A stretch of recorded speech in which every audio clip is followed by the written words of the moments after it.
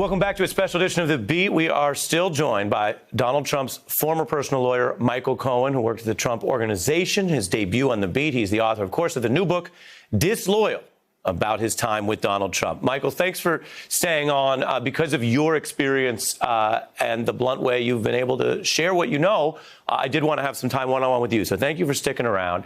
Let's get into something you know about intimately that came up last night. Donald Trump busted as a tax cheat. Take a look. Will you tell us how much you paid in federal income taxes in 2016 and 2017? Millions of dollars. You paid millions of dollars? Millions of dollars. So yes. not 750. Millions of dollars. And you'll get to see it. I don't want to pay tax. Before I came here, I was a private developer. I was a private business people. Like every other private person, unless they're stupid, they go through the laws, and that's what it is. Michael, I'm eager to hear from you on this because you are both, as we know as lawyers, a fact witness, you were there, and an expert witness, you know about the law. From your personal experience, did Donald Trump break the tax laws, and did he do so deliberately? Okay, so let me say it to you this way. Few people were involved in Donald Trump's taxes. It wasn't something that I worked on regular. I've seen his tax return, but I never studied them. I wouldn't even know how to read my own tax return. His were about 20-some-odd thousand pages. It covered the entire 26-floor conference room table from corner to corner, and that's a 30-man table. Just to give you an idea on how he's got 970 different subcorporations. He did not pay millions of dollars in taxes. He paid exactly what the New York Times turned around. They have the return. They've gone through it, and they know. While he paid $1,500 over those 2 years, I've said this before, I paid over $3 million, and yet I went to prison for tax evasion. So if I went to prison for 36 months for tax evasion on $1 million, Lord knows he's going to do 300 years. All right. The only few people that in the Trump Organization that know anything about the taxes is Mr. Trump, who knows everything about everything.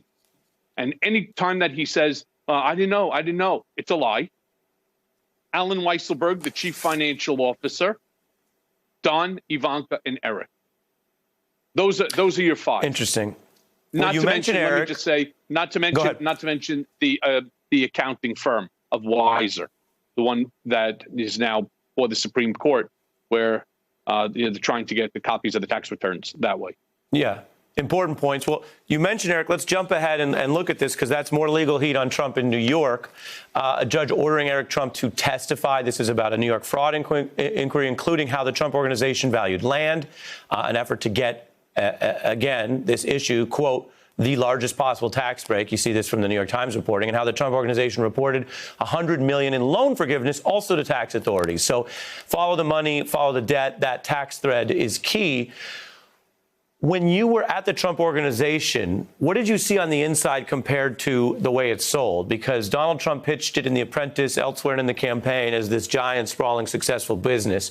How many people really work there full time? How did this fit into this larger alleged tax fraud? Right. So Eric turns around the other day and he makes a comment that we employ tens of thousands of people. That's not true. The Trump Organization is a glorified mom and pop organization. Maybe 24 people really run the whole company. Now, you do have people that work on the golf course, caddies, people, the groundskeepers, and so on. He's including everybody. He also includes, for example, let me, just to narrow, doormen. and then, one second. Wait. He also includes, as an example, doormen and people that are working in some of his buildings. Well, he doesn't own the building, right? Right. So let's specify on headquarters. Condominiums. On the headquarters. So, yeah, you're saying take out people who, OK, they may do good, honest work, earn an honest living as a caddy or a doorman. But in the Trump Organization headquarters, you're saying it's literally under 50 people? No, let's say it's probably closer to 100 people in total. OK. And it's certainly not tens of thousands. Well, a lot of Trump supporters think of it, and I interviewed them when I've been out covering on the trail. They think of it as a company like Coca-Cola or Tesla. You're saying it's much more like a New York small business with 100 or so people in headquarters. In headquarters, yes. Wow. Yeah. I did want to get you as well on this other moment. Welcome to the facade. Yeah, well, I think just saying that. But that's what he does. Ahead. But that's what he does. I mean, that's what The Apprentice is. It was a studio, and in the studio, he had an office. He had his conference, his boardroom, and he would fire people, and he would put them through tasks, and he was. It's a facade, and that's. The Trump Organization is really a glorified mom and pop company. No, it's not Coca-Cola. Yeah. It's not Apple. It's not Facebook. It's just not. No, I think this is so important as well, because there's things, as you know, that people are going to disagree about forever. And that's part of there's nothing to American disagree spirit. In this case. But exactly. There's nothing to disagree in this case. I could release to you if you want the list of all the employees and their phone numbers. Right? We had a directory. Well, I'm not going to take their numbers. We're not doxing anybody, but your point stands, which is there's nothing to debate if it's this small a business and he's been lying about it and people's beliefs are based, again, on that lie, sort of the theme here. I did want to get into your case a little bit, because there are things that people can criticize you about, and you've spoken openly about them, and we've covered them on this show. And then there are things where you are, like other people who've exercised their free speech rights, you're being targeted in ways that the evidence shows are unconstitutional and that judges have ruled are illegal. And I don't think that should just get swept aside in all this. So I want to play a little bit of where you fit in with other people who've used your First Amendment right and seen this retaliation. Take a look. The Department of Justice sues, trying to block the release of John Bolton's memoir. They need to let Michael Cohen out of prison tomorrow, because the judge has concluded that they only put him back in prison to try to stop him from writing a book criticizing the president. A New York judge has dismissed a lawsuit by President Trump's family to stop the publication of a tell-all book by the president's niece, Mary Trump. There is a lot going on, Michael. But would you speak to us and really to my viewers for a moment about what it means that whatever you did in the past, which is public, when you spoke out and plan to continue speaking out against Donald Trump, which is everyone's right. I don't care if someone's been incarcerated or not. This was so their effort, the Trump administration's effort, to literally keep you in jail for speaking, which is what Americans sometimes associate with other countries, not our own government. Right. I mean, I think I could possibly be the first political prisoner in my own country based upon First Amendment speech. Watching your clip, sure. They were threatening litigation against Mary Trump, against John Bolton. These are all very different circumstances than it relates to me. First of all, I never worked for the government. I'm a private citizen.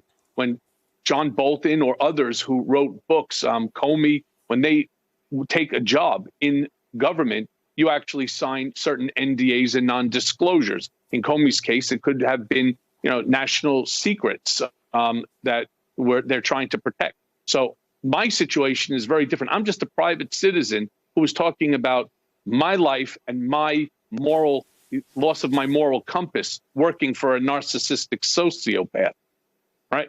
And for that, and for the fear that I was going to express what I had learned and what I had grown in for over a decade, closer to a decade and a half, this upset the president so that he got Attorney General Bill Barr to play a funky game with the Department of Corrections, the Bureau of Prisons. They lured me down to 500 Pearl. They showed me a document that was prepared specifically for me. They had a guy, Adam Pakula, who was working for the DOC at the time. I said, listen, first, and I brought my lawyer with me, Jeff Levine, who turned around. He's a friend of mine from many, many years. And we sat there and we said, hey, the first part of this is just unconstitutional. It's a complete violation of my First Amendment rights. Lo and behold, they said, wait in the lobby. We're going to be out in about 30, 40 minutes. We're going to reach out to our superiors and see what's going to happen. Let's see if we can't work with you in changing the language. Lo and behold, the marshals show up.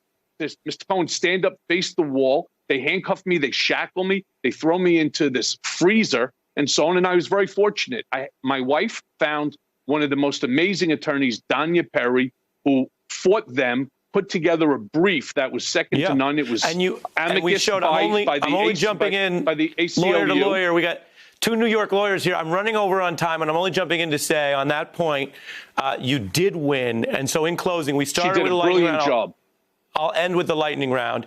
I'm just curious, Michael, given that, in a word or a sentence, what did you think that day about your old boss, Donald Trump, that your speech scared him so much he wanted to illegally jail you that day? It's what Judge Hellerstein said, retaliation. Michael Cohen, on this one, the law, the judge will get the last word. I appreciate you making your debut on The Beat. You and I have spoken before in other contexts. I hope you'll come back, sir. Hey, I'm Ari Melber from MSNBC. You can see more of our videos right here, or better yet, subscribe to our YouTube channel below. You could have been anywhere in the world, but you're here with us, and we appreciate that.